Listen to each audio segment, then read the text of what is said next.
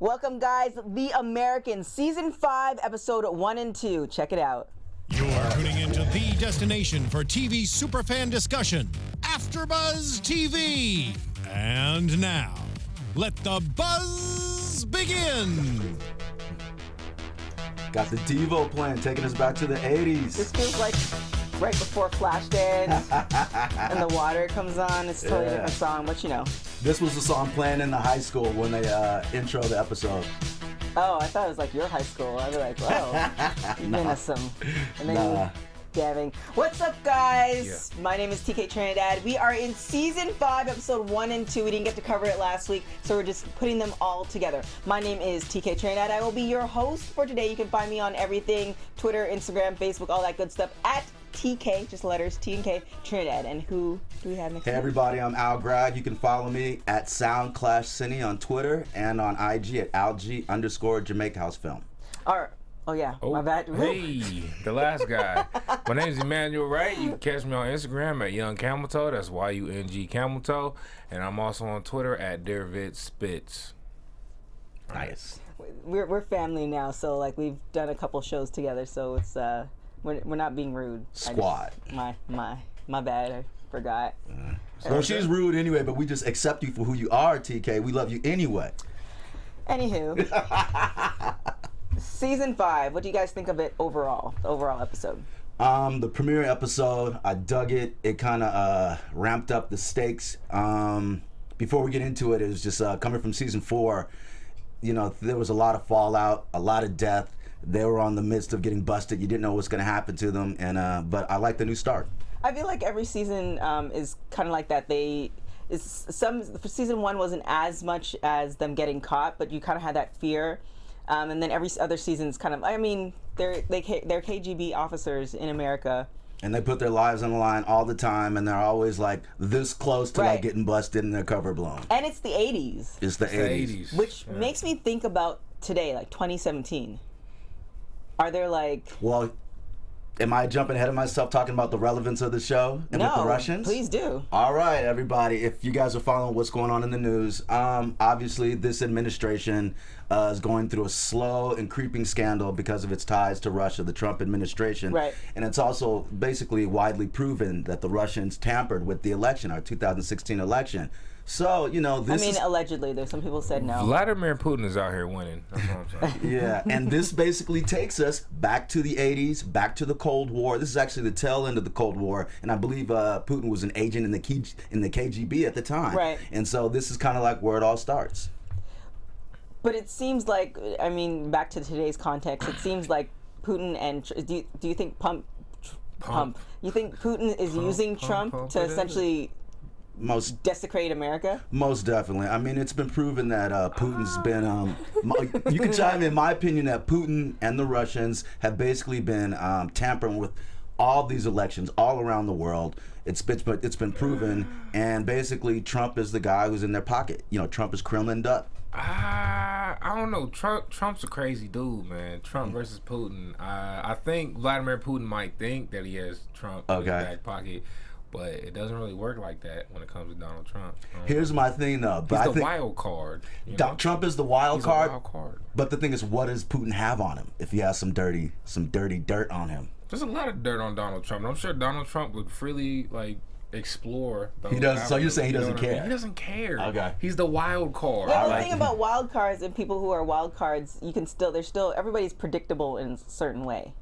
But anyways, D Trump's a little bit let's I mean, even beyond that, it's just, you know, like agents among us. Like, it's just so crazy that, because the crazy thing about Elizabeth and Philip is that, because you were saying that the fact that, you know, they've been embedded in the country for so long that you forget that they're officers. Right.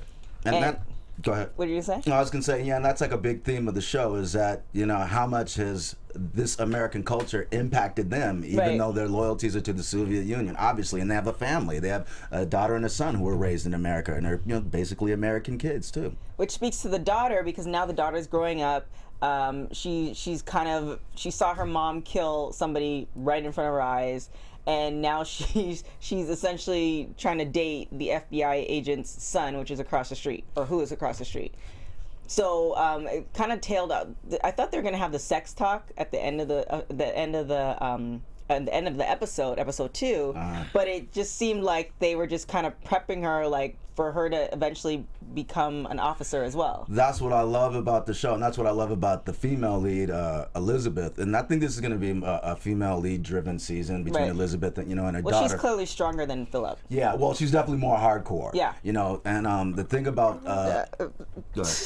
Oh, no, Philip's he's a sly dude. He's a sly cat. I feel like people sleep on Philip. I think that's his hook, is that he comes across like more compassionate. Right. Yeah. Right. Yeah, Elizabeth will definitely like kill you in a heartbeat. Yeah, and you can see it coming where Philip is like, oh, come on, let's have a beer. And then stab you. You know what I mean? Okay. Yeah. We're even taking it back to the episode where they assassinate Hans, and he's like, yo, man, is your hand okay? You'll be okay. And that's the cue word for her to go behind him and take him out. I mean, I wouldn't even mind having like a relationship like that. That we're so connected that if we're doing dirty, we good. Bonnie and Clyde. Sounds fun. So, this whole thing. So, what do you think of their teaching of Paige as far as it sounds? Because we saw a little bit of the episode for next week. So, what do you think of their kind of teaching of Paige as far as almost essentially becoming an officer of some sort? I just think it's crazy that you think the mom's gonna get into this long conversation about sex and guys. I thought she was gonna teach oral. And she's like, no, and she's like, yeah. I don't care if you're schooling them. That's all good. Whatever. Just don't get your emotions involved. Keep up your demeanor, and if it gets too hot, say you need some space. Right. She's crazy. It's like that's how cold she is emotionally. She's not even worried about the sex part. So, do you think that she's using her daughter to get more information about Stan? I think. Well, if you watch those of us, last season, we'd have to go back a few episodes, but it's really kind of implied, I think, that the daughter inserted herself into the family of the FBI agent and started dating the son without, the parents' approval. Right. That was just, kind of like some teenager thing, acting out, like we're still figuring out, her motives. But what was I going to say? Oh, yeah, and just to clarify, it's not that the mom doesn't care about sex, but Elizabeth's whole angle is don't let that rule your emotions because that'll mess with your emotions, and obviously you can spill. Yeah, she's smart about it. She knows she's gonna have sex eventually. I think it was a kind of like almost an awkward conversation, but it's one of those conversations that you should have, especially being a female. If you have that conversation, you don't let the emotions get a hold of you, especially being a teenager. And a KGB agent. Yes. You got to remember that too. Like, she's gonna, if she's gonna be killing people, she should be allowed to have sex too. I just feel like, no, come on, you can't take that from her. You can't be a killing virgin. I don't know. I don't believe it. You can't be a killing virgin. That's ridiculous. Yeah, you got. That's an oxymoron. You can't. That is ridiculous. You can't. I'm with it right there. I'm with that. Can't be. Name one killer that's a virgin. Can't do it. That's what I'm saying. I don't even know that many killers. I only know like That's a good 2. point. That's you know 2? Yeah, I know. I have a friend who's a FBI agent and a CIA. Oh wow. And some cops. So I guess I know a couple. He's not supposed to tell you that. He's not that good of an agent. No. Hey, I didn't say that. If you're watching. No, there's different types of agents. Obviously, you have the undercover, and then you have the ones who do like he does more. He was doing sex trafficking. So it's not as like drugs and all this other stuff. So he's a little bit more nonchalant. In the streets. Yeah. All right. In the streets. I was gonna say something, but they'll get to know us as we continue. We don't want to just show them who we are. We just don't want to show y'all don't know us just yet. So and also I was gonna speak to Philip, because both of them, both Philip and Elizabeth, they've carried on different, essentially entire relationships where they play a different role with somebody else. Like, the fact that you can do that and still not go insane and not get jealous and all this other stuff is like... That's what I love about this show. I mean, they're able to compartmentalize like crazy. Right. And they've all each had several relationships. But here's the thing, which I'm hoping they go back to this season, that each of them has had kind of like that one relationship where they kind of cross the line emotionally. And each of them knows that the other one felt something for the other asset. That's Elizabeth and, oh my gosh, the guy from the first season. Yeah, the brother, he was like a Black Panther type character. Yeah, and he went out really good. He went out and held the bullets. And then who would you say would it be for Philip? I forget that. I want to say Martha is her name. The one who he married? Yeah, exactly. The fake marriage? Yeah, fake marriage and everything. But peep this. And in this episode, they have a whole new marriage and a whole new cover. Aside from being Elizabeth and Philip, they have maintained this other cover where you saw you were cracking on his mustache, where they're like a couple of like a fake pilot and stewardess. Yeah. Where they've adopted this like Vietnamese son. It's crazy. And they have a whole nother house. And then I'll explain the Vietnamese son, because he's essentially, so he kind of pretty much lives on his own. Yeah. And he like targets. He's kind of, is he trying to bring them into the fold, or what do you? He's basically, a Russian spy, or works for them, works for the Soviet Union, works for the KGB, works with them, and he's hardcore. He's come from like a lot of Pasha. So he's trying to bring Pasha into the fold, and it seems like just real quick, just for the audience, the name of the young Vietnamese kid, the spy, is Tuan. Yeah, and he's trying to get information from Pasha because they're trying to get to his dad. Pasha's dad is Alexei, who works for the U.S. agriculture. Yeah, they think he's messing with the food that's going over to Russia. Which is crazy. But isn't it? Okay, I see what you're saying. He hates Russia. So. Yeah, Alexei, he's like the Russian immigrant who's came over. I hate Russia. I love the United States. Right. Everything is so great here. And I still don't believe. Okay, but here's the rub. Philip and Elizabeth's handlers actually told him that they suspect that Alexei or Americans are tampering with the amount of grain, or tampering with the grain that they actually ship to Russia, because they still trade with them and some of their allies, which actually I don't necessarily believe. I just think that's just an excuse to get them more in there. So how is he, like, is he cutting back on the food, or is he tainting the food on top of that? We don't know yet. That's the thing. And so we just saw that one scene, which leads us into Pests, the second episode, where Elizabeth actually goes on a little scout mission. And all the bugs. And she goes into the agriculture plant, the farm, and like she discovers, like everything seems legit. And then there's this one area that's crazy buzzing and what's going on. And all these bugs start swarming on her. So we still don't know what's up with that, what was going on chemically. But yeah, she got the F out of there. Kudos to her for not freaking out. Yeah. She's a KGB agent. She's cold. Yeah, she's that's slicing throats. That's probably one thing that would have got me a little unhinged, because she stood there straight faced. Yeah, she's a G. Just got on her face. She's like, But just as I don't know, to take it further, the name Pests, I think, is just a metaphor too, not just for the pests, obviously, the bugs, but it's just that all of them are dirty. They've all rolled around in the dirt. And you mean talking about like Americans, Russians, everybody? Well, yeah, and everybody's involved in the game, whether you're FBI, CIA, or KGB. They're all dirty, and if you roll around in the dirt, you're gonna get up with fleas. None of them are clean. Ooh, look at you. No. You've got us silent. Okay. Well, anyway, yeah. I just always look for the metaphorical. Always? Yes. Oh, okay. All right. Sometimes. So do you think, so they're trying to get to Tuan, so do you think with Tuan getting into Alexei, we find out what Alexei's doing, and then also draft Pasha into the cage, like, do you think that's what's going to happen? Yeah, I don't think he's necessarily trying to draft Pasha. I just think he's just trying to get more information out of him about his dad and get closer to the dad. I'm sorry, man, what were you about to say? Yeah, I was about to say, I don't think he's necessarily trying to get Pasha onto the squad. I think he's just trying to get information. Right. Like, who is this? Oh, because he did say he was weak. Yeah, he's weak. Like, like, we don't need him. Like, but I kind of feel like because of his hate, or not hate, his dislike for America and American things, if you just teach him properly, you can kind of train him to, because everybody started off at one point or another. You have to train them. Right. So yeah, but the scary thing too about this Tuan character, like, he's a zealot. He's like just like real militant, probably even more so than Elizabeth and Philip. Like, they do their jobs and they go all the way to the end. But like when they listen to what comes out of his mouth, you can see just how like he like really believes in like the Soviet Union and what it stands for. And them, I think it's just more like this is a job. They love their country, but it's just something they were raised that way, and this is how they do. But I think they can't trust him. So do you think? Oh, so do you think like they're eventually gonna kill him off? I don't know. I just think Tuan's gonna like watch something, see something, be super judgmental about them, and could try to go behind their back. Oh. And go back and tell their KGB bosses. Oh, so Tuan is really from Mother Russia. Yeah, he's a true believer. Right. Yeah. Huh. Oh. I don't. Well, so my thing with Tuan then, because he doesn't even look like he looked older than a high school student. Yeah, he does. So I don't understand how that's. That's and he actually looks kind of mixed, but he's supposed to be a Vietnamese kid. But he looks Eurasian. I don't know. He looks mixed to me. He does. He looks kind of American, or I don't know.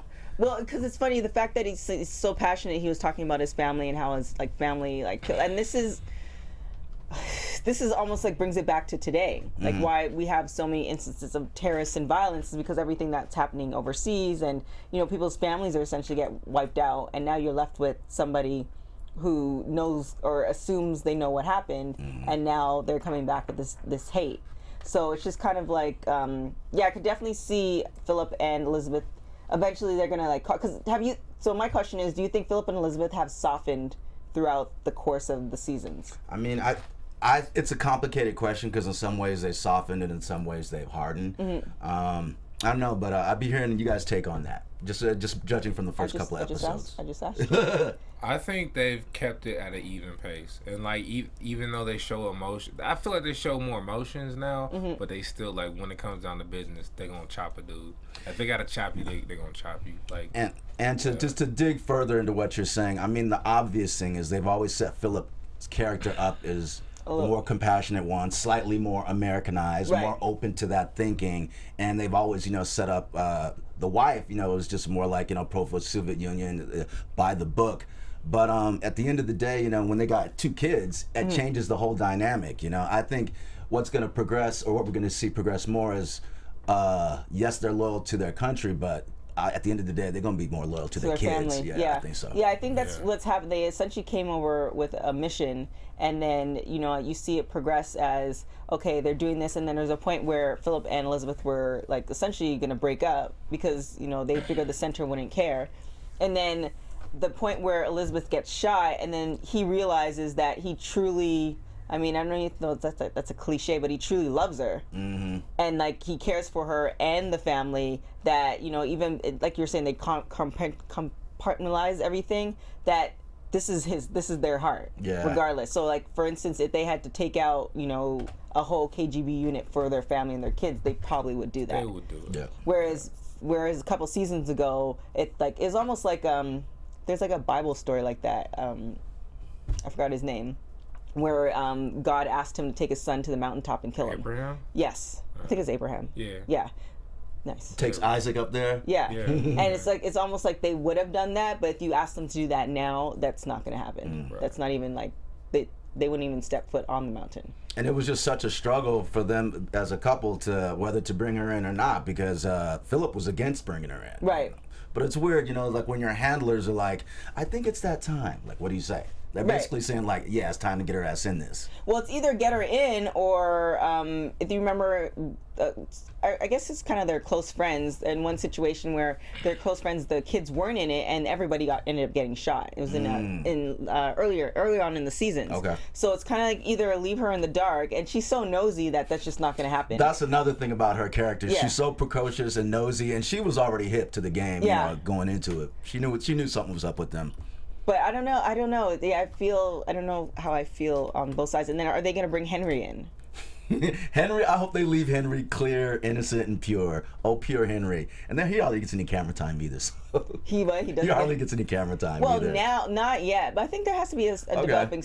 I mean, of course, it's with Paige because she's going through so many emotions. She's a teenager. Then you add, Matthew into the mix. But I think... What was up with that training, by the way, that her mom was doing? Hitting the phone book? What was that, a phone book? Yeah. The punches? That's what they do with... It's the 80s style of boxing. That is a horrible swing. You're not going to hit nothing like that. She looked like a tree trunk blowing with the wind. She was like, put your fist in and swing your hips. No. It was horrible for her. I ain't like that. Yeah, they definitely... Mom's is hardcore, man. I like how she taught her, too. Here's another, just one of those subtle things. The little trick, if you ever find yourself getting too anxious, rub your fingers together. Does that work? I don't know. We'll see. Well, have you ever felt anxious recently? I don't know. I don't think that this will work. Talk about difference of worlds and first world problems. That we don't even think about 83. Stuff. Yeah, you don't even think about stuff like that. Because if I'm anxious in California where something's legal now, I mean, I'm not gonna do this. I'm gonna, I'm gonna have it like this, not. I'm just but it's 83 though. So they didn't have that option. Yeah. You know what I mean?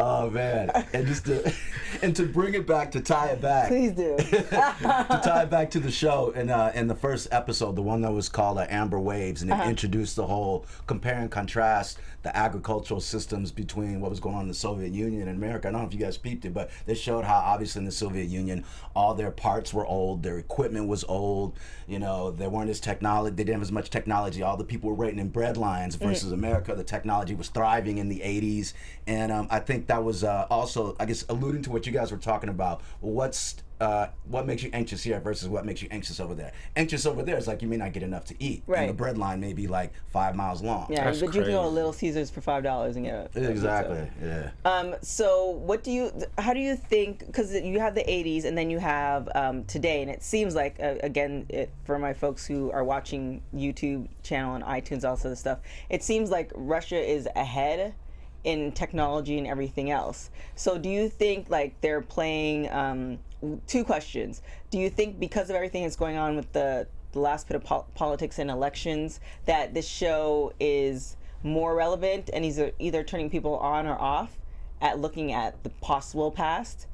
That's one question. And then do you think in today's Russia, is the show similar to, or is it accurate portrayal of Russia back then? That's more like 4 questions. I'll just take a stab at a couple things. I mean, to me, it seems a pretty accurate depiction of Russia. Just from like what little I remember from history. As far as what was going on, as far as like the relevance before, obviously, last couple of years it hasn't been as relevant because all these things weren't brought to the forefront. But the show has been increasing in its popularity. Just to run down, they finally got nominated for Emmys. I think 4 or 5 Emmys last year. They didn't win, but they got nominated for Outstanding Drama Very believable Series. roles. Yeah, lead actor, the male lead, the female lead, the writer, and then also I've already won like 3 Critics' Choice awards. So the show has been ramping its popularity. I put it up right there, almost with like Breaking Bad, Sopranos. You know, I think it's going to prove to be one of those type of shows. I like the fact that it's like educational. Like it's something that you may have heard of, but you know, depending on where you're from, all this other stuff, might not be in your realm of things. So it's definitely something that makes me wonder, makes me want to look more into it, makes me want to actually look at the history behind it. Because you've seen those movies, you've seen like James Bond movies where you have the KGB popping in and out of those movies, but you didn't really know the reasoning behind it. Yeah, so and those are over the top, and this is more realistic. Yeah. And this is a story told by the KGB. Really. Yeah, It's and I like like the that other aspect side. of it, especially. So what do you think is going to happen with Stan? Because now he's, trying to, him and Renee. Oh, yeah, we were just talking about Stan's new girlfriend. Something's off, because she's a little too on point, a little too perfect with her responses, and I almost think a little too eager. I think she's with the KGB, Renee. Really? Or some other spy for something. Yeah. I kind of think that, like, Stan's so, like, goofy that, she's trying to take the reins without taking the reins. Like, she's taking the reins, but she's gonna pretend like he's taking the reins, but we all know who runs the show. Sounds like somebody who knows what she's talking about. Have you done that before, TK? Is that the way to do it? Is that the game? I don't know, but when Philip and Renee made eye contact, I saw like it was almost like a look of like, oh, you know him too? Right. So, like it or looked like Philip they just knew. pooping game, and he didn't recognize game. That's what I got from Philip that. like, oh, all right. Yeah, all because right. Philip, him and Elizabeth and pretty much anybody who's trained to do that are masters. So I think he's looking at her responses like, okay, there's something a little off. I see what you're trying to do, and they made that eye contact. But that could be another theory too. I like your perspective, dude. I want to, if there's anybody out there in theちlet's hear this from a female's perspective. I'd like to know, do you guys think she's legit or not? I don't know. There's always so many twists and turns. There's always so many Stan's layers. game is so goofy though. Yeah. It's so goofy. It's genuine though. He said, "Hey man, I gave her water, and that was it." And like I'm in there. Yeah, and compared to Philip, because Philip, like, he's Mr. Undercover. He's like laying and slaying the ladies at will whenever he needs to, just for a mission. Laying and slaying. He's a swordsman out there, chopping them down. He's Dr. Phil in a good way. I like that one. Young Camel Toe, ladies and gentlemen. He's here all night, filling them up in a good way. Catch me outside. How about that? Oh, so do Do you think they're eventually gonna get to? So do you think that they're gonna flip? Like they're gonna get to Alexei, and then flip him, or do you think they're gonna get everything that they need from him and then kill him? That's a good question. Right now, I'm just thinking as far as immediate terms, their handlers actually told them, we need you to investigate this guy. We're worried, he's poisoning. They didn't get to the point where they kill him yet. But I think, I think it'll come down to that, because every scene it comes down to like these assets they've developed relationships with, who they kind of like and they don't want to really have to kill, but they always end up having to. Yeah, well, I mean. On that note, actually, I could see Pasha joining the squad. Yeah. Okay. Cause he's really down for Russia too. Yeah. Like he's like, hey, like don't disrespect my country like that. Essentially, Tuan takes him under his wing, teaches him, and then Tuan's a little bit too aggressive, so they get rid of Tuan, and Pasha kind of fills in that role. Ooh. That would be a crazy flip. I like that. I like that. Well, I like Tuan though. I like him too, but like from what you were saying, I totally agree that he's definitely way more passionate than both Elizabeth and Philip are now. Now, what they can do, because we're just at the beginning of the season, that eventually, like it's almost like you settle into the role. Like you say, like you get a new toy or a new video game or something like that. You're very excited. You're playing it all the time, and then eventually you kind of know the inner workings of it. You can allot this time to do it, so you kind of settle into the role, and now it's a little bit more comfortable. Right. So I think like it could be either two, or he could just be totally passionate. And in that video game analogy, essentially go from playing 4 hours to 14 hours because he's just that passionate about the game. And plus these little kids are always teenagers. They're always going to be that much more intense. 23, 24, 25. Like he looked grown. But he's playing the intense 17-year-old or whatever. So he's going to be intense about everything. So where are they going to kill him or not kill him? No, I wasn't sure where you were going with I that. never made a prediction on that, but I don't think he's being killed anytime soon. I can see him dying, but I can't see Philip or Elizabeth killing him. You think Pasha will kill him? No, I could just see him dying some way, somehow. I don't know. Actually, I want to see him live at least another season, because I think that'll present an interesting dynamic they can keep ramping up. This season they're introducing him, and then maybe a next season things come to a head with Tuan. So and now it makes the show more diverse. Yeah, diversity is key. Yes, it is. Yeah. We're all about that on all black panel here. You know what I mean? Covering the Russians. Shout out to my Asian brothers. Tuan. That sounds like a black name. Tuan. Wow. Wait, speaking of, dude, you said something. When Tuan met Pasha, when he went up to him in high school, am I the only one who saw like a little chemistry there? Oh, you think there's like a I don't know. I think is that me reading too much into it? It's the 80s though. Yeah, not in the 80s. Not in the 80s. I mean, it was happening, but it did. I almost felt the way he went up to him, he just kind of like slithered up to him. I mean, I don't know. Maybe Posh doesn't know because he can't see it because he's innocent. But people like us, we saw it from a mile away, right? This kid's, he's working you. Well, yeah, I think that's what it is. Tuan assessed that Pasha is soft, easy mark. So he went about it the same way. Because if he went up to him aggressive, then he would have shut him down.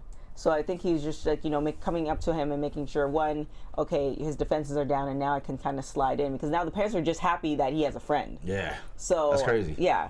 And the fact, it's an interesting dynamic. I wonder if Pasha accepted him more because his parents are. Did he tell Pasha his parents were Russian?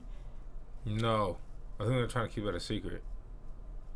That's a good. I don't know. Let us know. Wait, rephrase that again, TK. So I'm wondering if, because obviously when they're at the dinner table, right?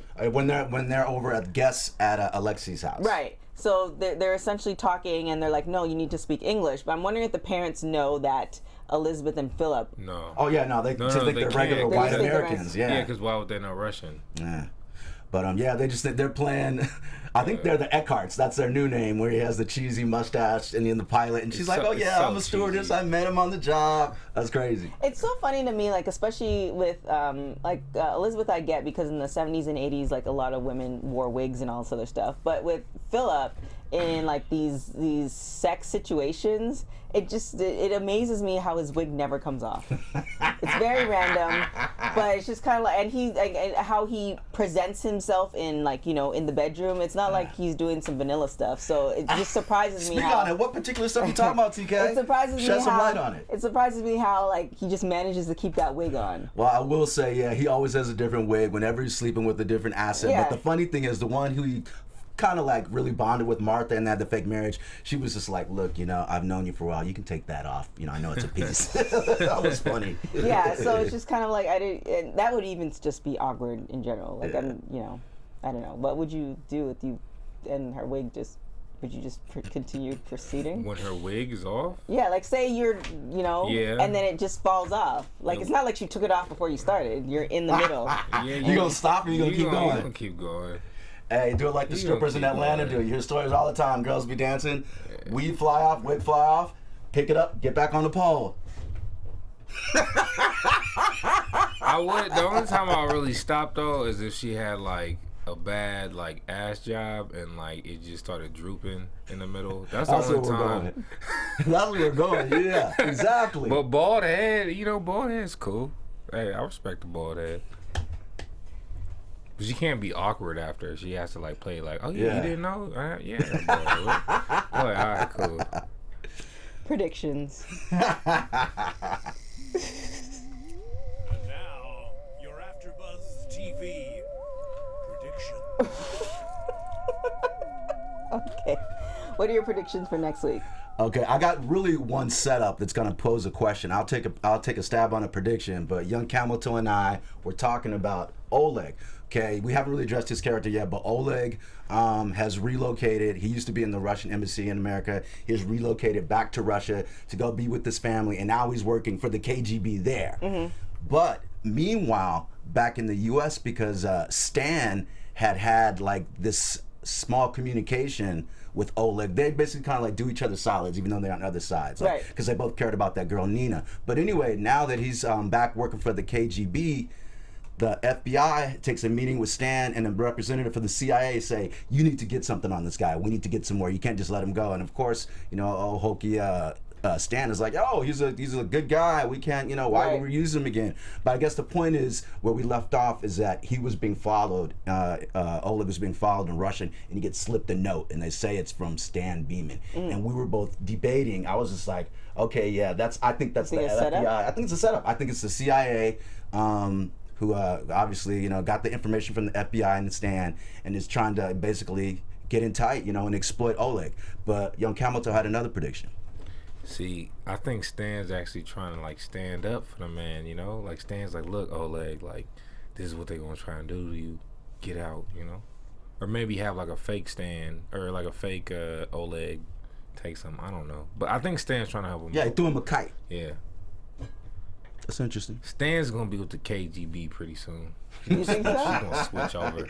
He's gonna switch. He's gonna be like, hey Phil, I know you with the KGB, let me in. It feels like in Stan's situation, how they set it up in this particular show, that just the Russians keep winning. Yeah. So it feels like that would be a good setup. And it would be kind of funny if all this time, because there's at one point where he checked out, like he had a feeling and it just never panned out, so he just stopped checking on them. It'd be funny if, like, you know, he realized then he's just kind of letting them do it. It's like, yeah, I know you guys are KGB. Right. He's like, yeah. I'm ready. I let you all slide. Now I'm ready to cross over. So That would be crazy. That would be crazy. I don't think that will happen. KGB too. Yeah. They start speaking in Russian. And that would be a good twist, but I think it's staying. Well, I mean, you never know. This comes from somebody's reality, so what we might think is normal, how it should be, might be totally different. If Stan is a KGB agent, he's a really good actor. That's all I'm saying. Because he plays the role of the square Caucasian FBI agent very well. The square Caucasian, very PC. He's pretty square. Like, yeah, he's that's square. an American thing. Like you can't be a square KGB agent. There's no such thing. They'd probably kill you off. They're too. I don't know, because it feels like there's just a different version of being square, like Russian-wise. Like as far as if you were to do like the stereotypes and what you see on television, they're very straight to the point. Right. And that would almost be considered square, opposed to say if they were more like out there, like more, you know, take your most like annoying American folk and like they're out there, then they're no longer square. I see what you're doing. I see. You see what I'm saying? See how that works. It's a different variation of normal. I just feel like the KGB is just so like in the 80s. You know what I mean? Like you don't have that much food. Like the weak and like soft, they just don't make it. You know what I mean? Like Stan growing up in Russia, acting like he does now, wouldn't make it. Yeah, well, yeah, he wouldn't make it, or they beat him into because you know what I mean? Because the way he looks, and he's trying to do everybody solids. They're like, no, like you're with us. Like, no, you can't. Like, if he would have had that conversation with the FBI or CIA or the KGB agents, like the higher ups in Russia, they probably would have just killed him right there. Right. You know, like, no, you're not gonna help this American out. Like, so, no. Do you think that, bringing it to almost like present day, do you think that's the difference between like almost like winning and not, like with some like almost like a power like Russia, they they follow the rules, they have a goal in mind, and with America you have feelings, like everybody gets a first place ribbon, everybody can do all this other stuff. Do you think that's what the Russia's been having like a major brain drain like lately, like all the like the best and smartest of Russia, like they go to other places, right? You know what I mean? So I think that's one of their problems. But if how do you know they're not still working with I don't know, 2017, there's so many other opportunities for just travel and just having a good time, and I feel like we're living in like a hedonistic time too. So like, you want to get back to Jesus? That's gonna rub off on the Russians too. And I've met Russians. I've traveled, and whenever I meet a Russian, they're like, yeah, Russia's cool, but I'm gonna do me out in wherever, Sweden or wherever have you. And I just taking it back to how hardcore the Russians are. I just want to give a shout out to our boy Hans, who was killed. R.I.P. Hans. He was the young junior agent they shot in the they shot in the back of the head. Yeah, that scene though, I just want to just lay it out because that was one of my favorite scenes. It starts out, with they got the dark hoodies on and the jackets, and then there's a car driving. They hook up with the brother. They pile in the car. They get out a little bit like the shovels and the pickaxes. It's just like one of those classic like stealthy scenes. And I don't know, just getting back to how hardcore they are. I still miss Hans. I think that's something I think that show, it's a turning point. It's one of the turning points for this season because they're gonna have to start taking out more of their own people, and that's to me like where they really feel it. That's where they start getting numb and rotting inside every time you take out one of your own. What? Numb and rotting inside. I can't be emotional about this. These people, man, they're getting torn up inside. These characters. Okay. All right. You feel me, right? Yeah. Yeah. I'm with you. TK, she's just being salty. I mean, I'm just, just making sure you're on the PC version of things. Oh, these people. Okay, I didn't even know that. So, people? what are you gonna say? What people? Who are these? Who people? What people are you talking about? So it's gonna be interesting to see. What I love about every season is that they take us through. It's not one of those boring shows where they kind of take us through this long, drawn out.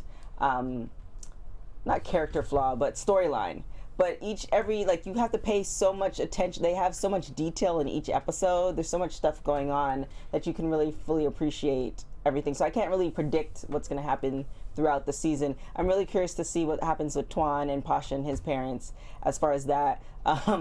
What Paige is going to do.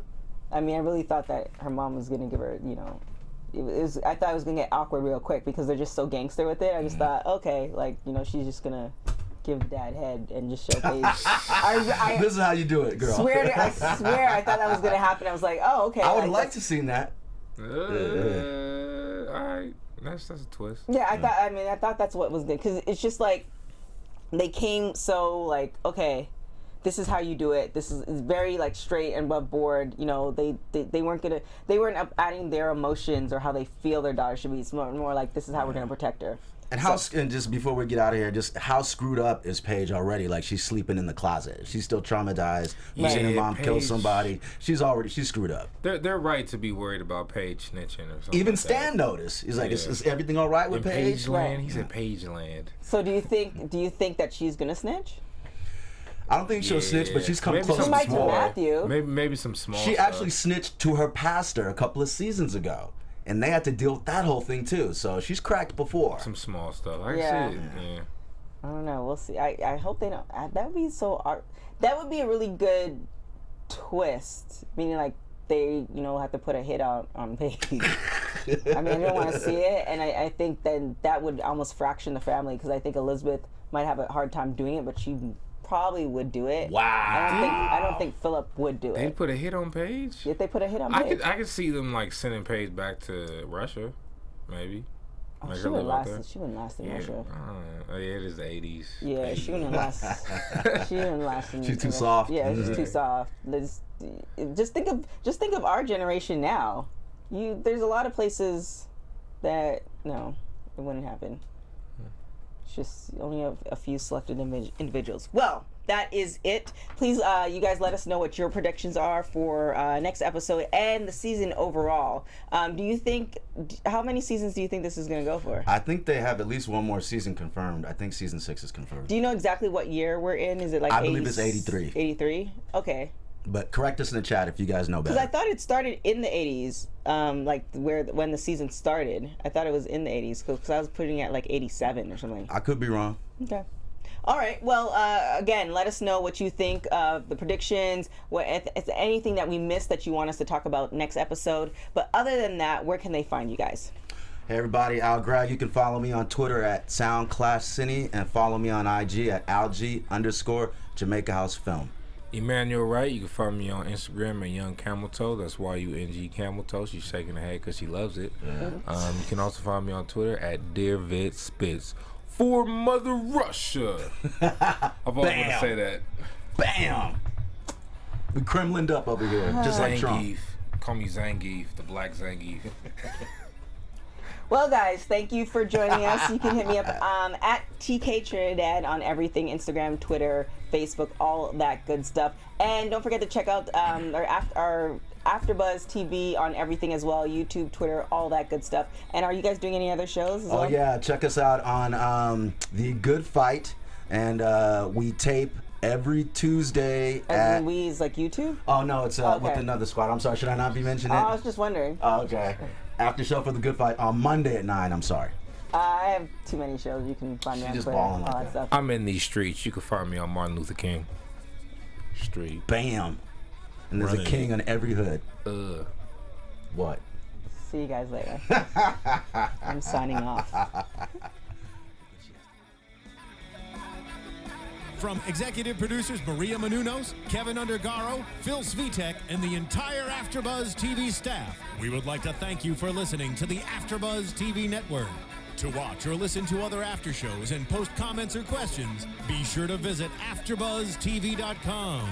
I'm Sir Richard Wentworth, and this has been a presentation of AfterBuzz TV. Buzz you later. The views expressed herein are those of the hosts only and do not necessarily reflect the views of AfterBuzz TV or its owners or principals.